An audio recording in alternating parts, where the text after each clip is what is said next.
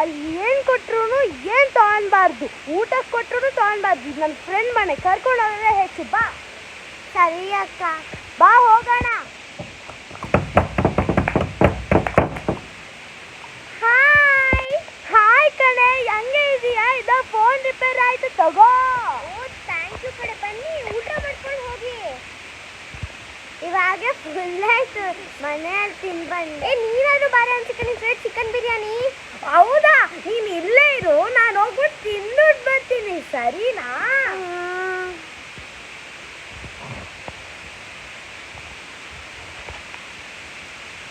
After 3 hours. ಬಾಯ್ ಕಣೆ. ಬಾಯ್ ಕಣೆ.